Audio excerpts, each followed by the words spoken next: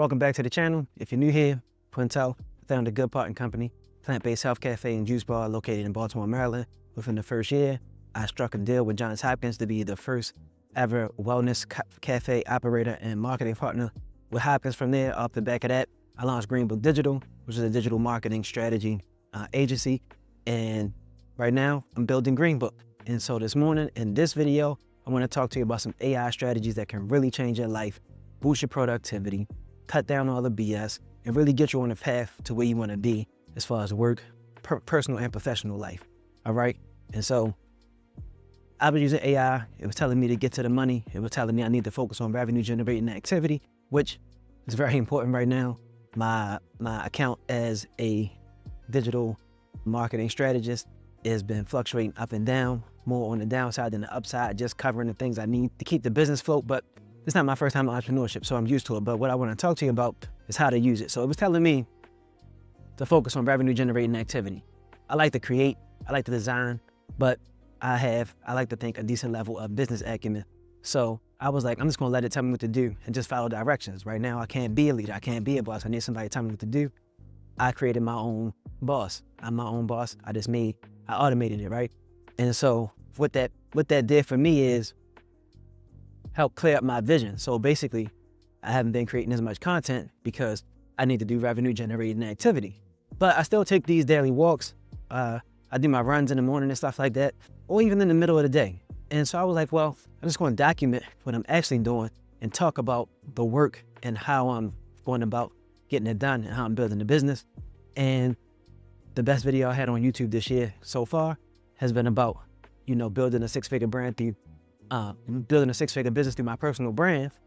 So I probably need to get personal and show you what it's really hitting for. So let me talk to you about what I'm really doing. So strategy number one is you need to set up projects in whatever AI language model you're using. So if you're using Claude, ChatGPT, Gemini, those are like the frontier models, the main one. Claude and ChatGPT are what most people go to.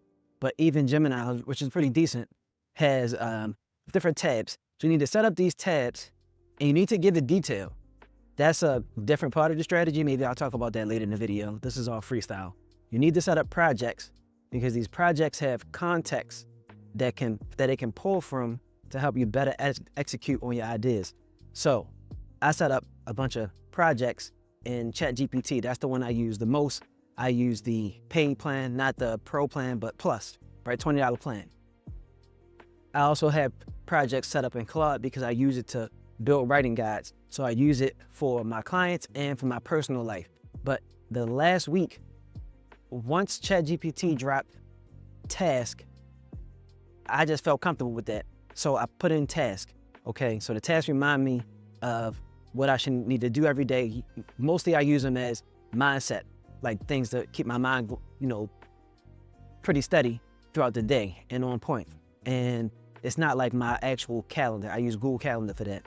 But the strategy to use projects. So I set up a project for my personal life. Now, recently I built a GPT. That was pretty successful. And it was for building subject lines for a specific niche, right, in the finance industry for their emails because it has to be compliant, so on and so forth. But anyway, when I did that, I was like, oh, this is an actual bot. But those bots are best made for tasks that need to be repeated. Life is flexible. It's a whole bunch of different stuff going on in your life. And I was like, I can't really build a GPT for my life, but I should set up a whole project. So I set up a whole project and I gave it context on who I am, what I'm doing, what I want to do, and just I told it basically how to think like me. And I try to think a lot like the people who I consider exemplars or mentors from a distance. So that's basically what I put into this project.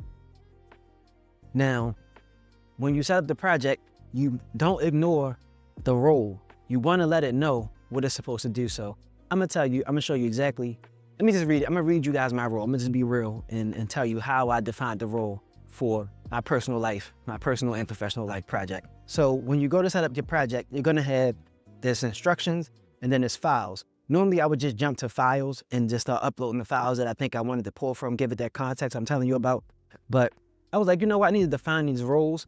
And so I like to name things. So I called my project for my life, the Daily Q. right? My name's Quintel. It's a Q, right? It's like an actual lineup of what's going on in my life. So I thought that was clever. But anyway, whatever you want to call it what you want. But give it some rules. So I told it, you are the daily Q, a high-level business advisor and transformative life coach and mentor. I know that sounds cliche and phony, but ChatGPT understands what life coaching and mentoring is, so I don't have to give it any kind of super fancy kind of definition. Tell it what it is. Your business acumen blends strategic precision and wealth-building mindset from, here are my mentors, Robert F. Smith, Reginald F. Lewis, Jay-Z and Dame Dash, innovative vision and relentless pursuit to excellence demonstrated by Steve Jobs, network and mastery. Like, let me tell you the last two people. Rich Paul. All right. Warren Buffett, Charlie Munger, Dr. Benjamin Hardy. I've been following his content, reading his books and even back when he was on Medium, when he had popping on Medium for a really long time. Carl Jung and Minister Louis Farrakhan. And I had actual descriptions of what it is that I like about them, so they'll know if I'm asking it questions about that specific topic and I mention my mentor or what my mentors advise me on around this topic, they will pull from that, right? Because nobody's perfect, but the things that I like about these people are the thing that I want to take the best from them, right? And the best that they've shared, that's what I want to use. So that's how you set up your project, right? I told her what my ultimate goals were. I don't want to share that part, but because it's not just financial, it's about the type of man I want to be. And that's what you should be working towards, the best version of yourself as a person. So I told her what that was. I told her the style and tone. So the role or instructions, you kind of set it up like an actual ChatGPT prompt, but you do it for a project.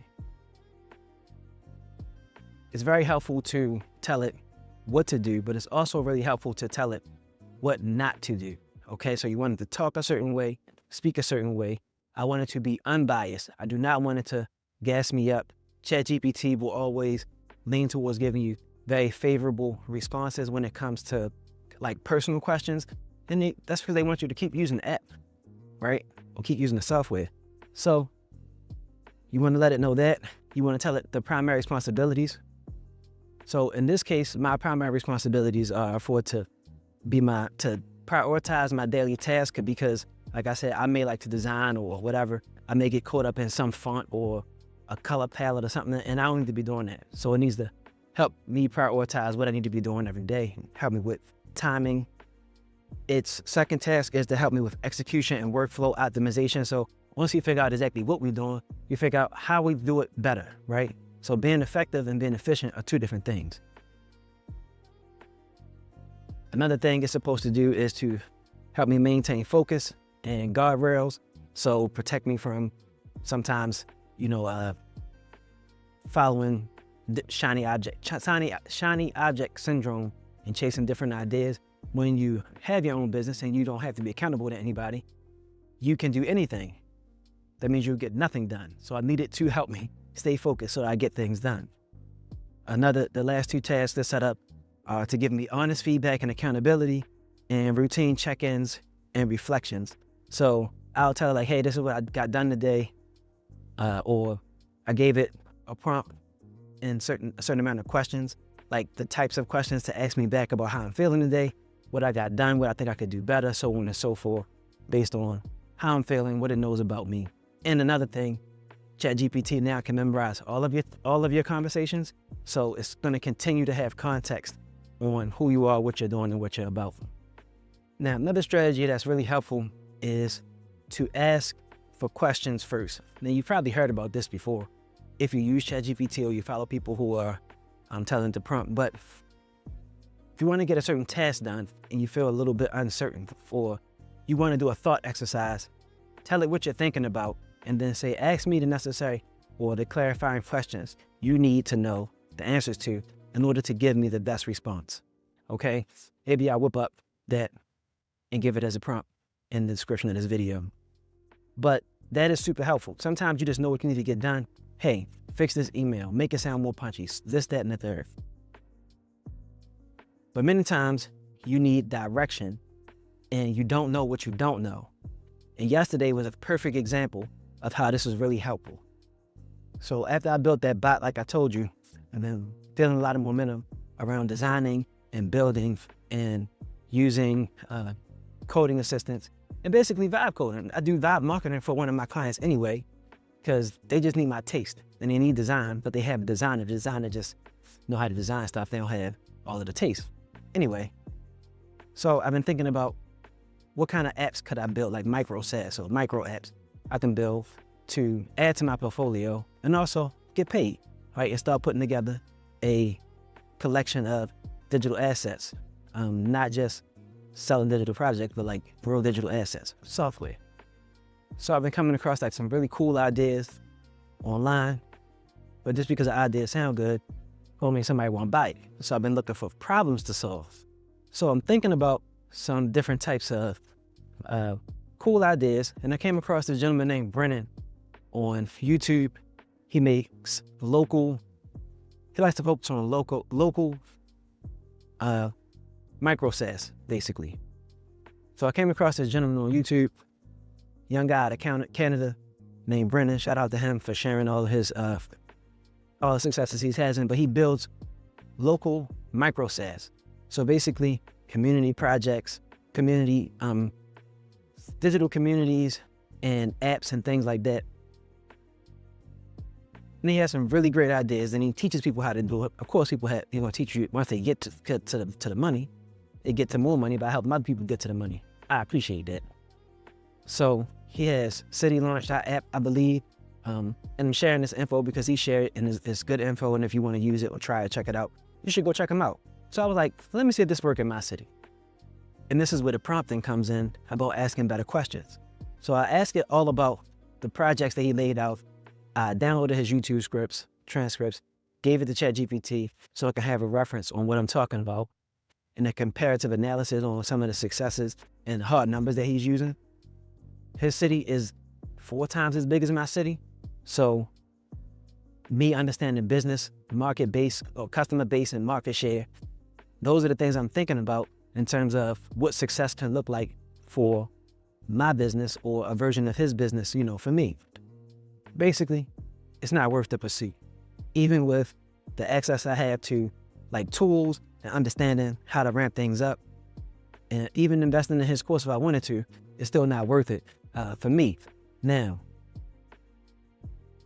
12 minutes, not bad, not bad. Hey, what's up, man? Ain't much.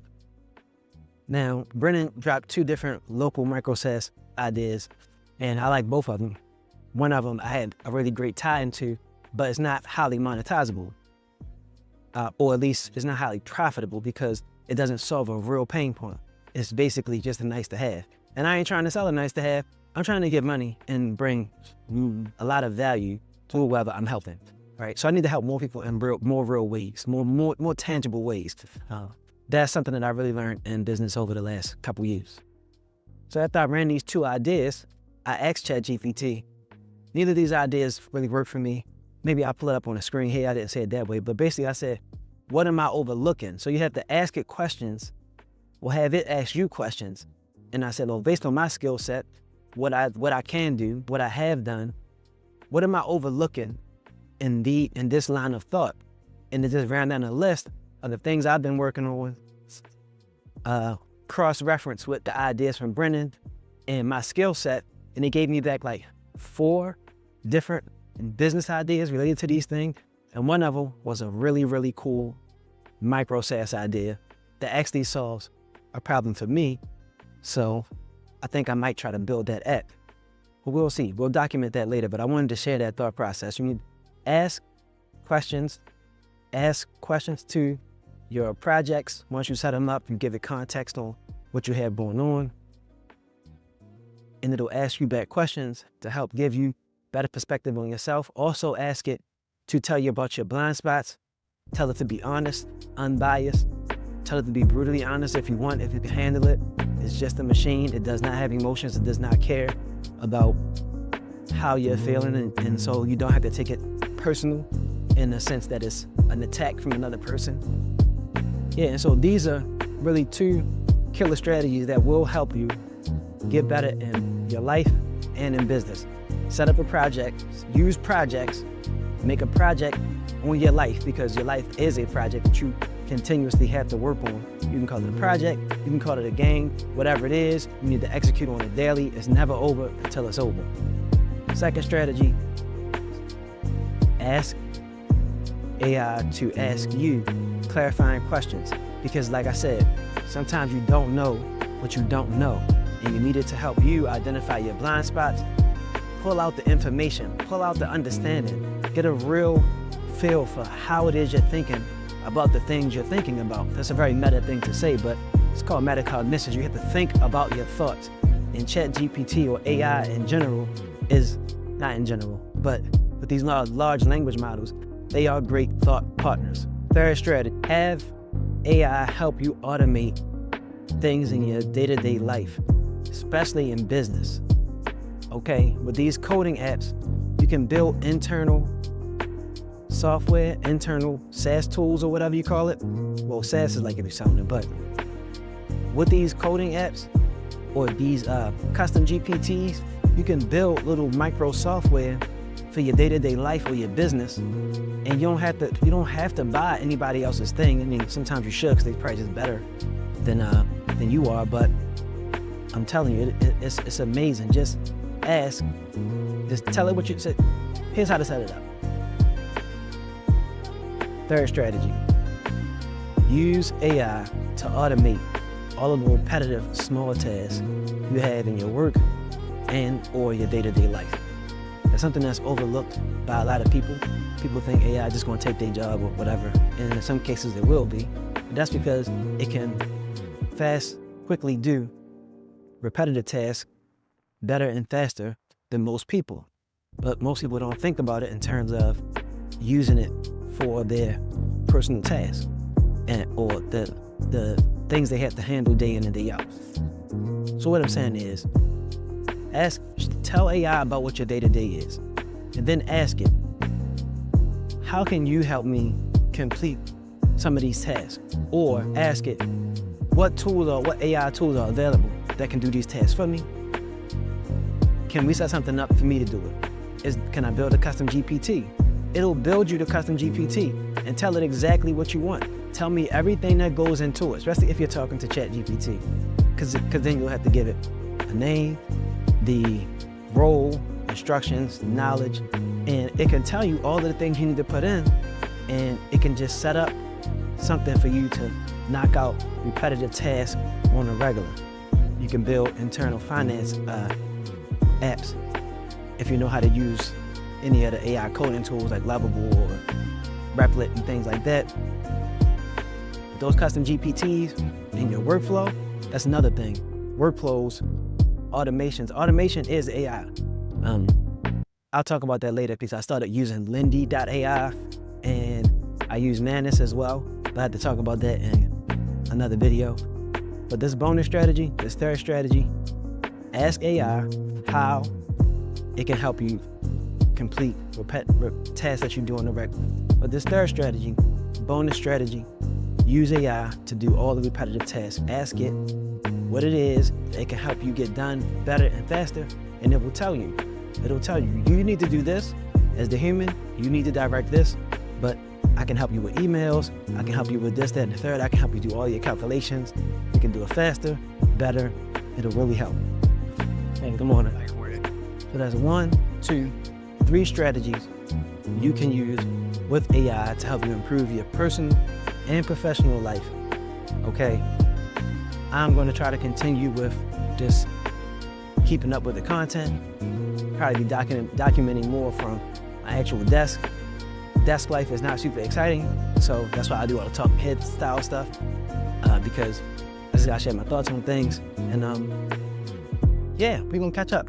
I'm gonna drop links to the newsletter in the description if you want to hear more about how I break this down. I talked about how I built the actual custom GPT for my finance friend in my last newsletter, so you can see that there. You can learn how to build a custom GPT step by step. So check out the newsletter in the description and all the other good stuff. I'll catch you in the next video.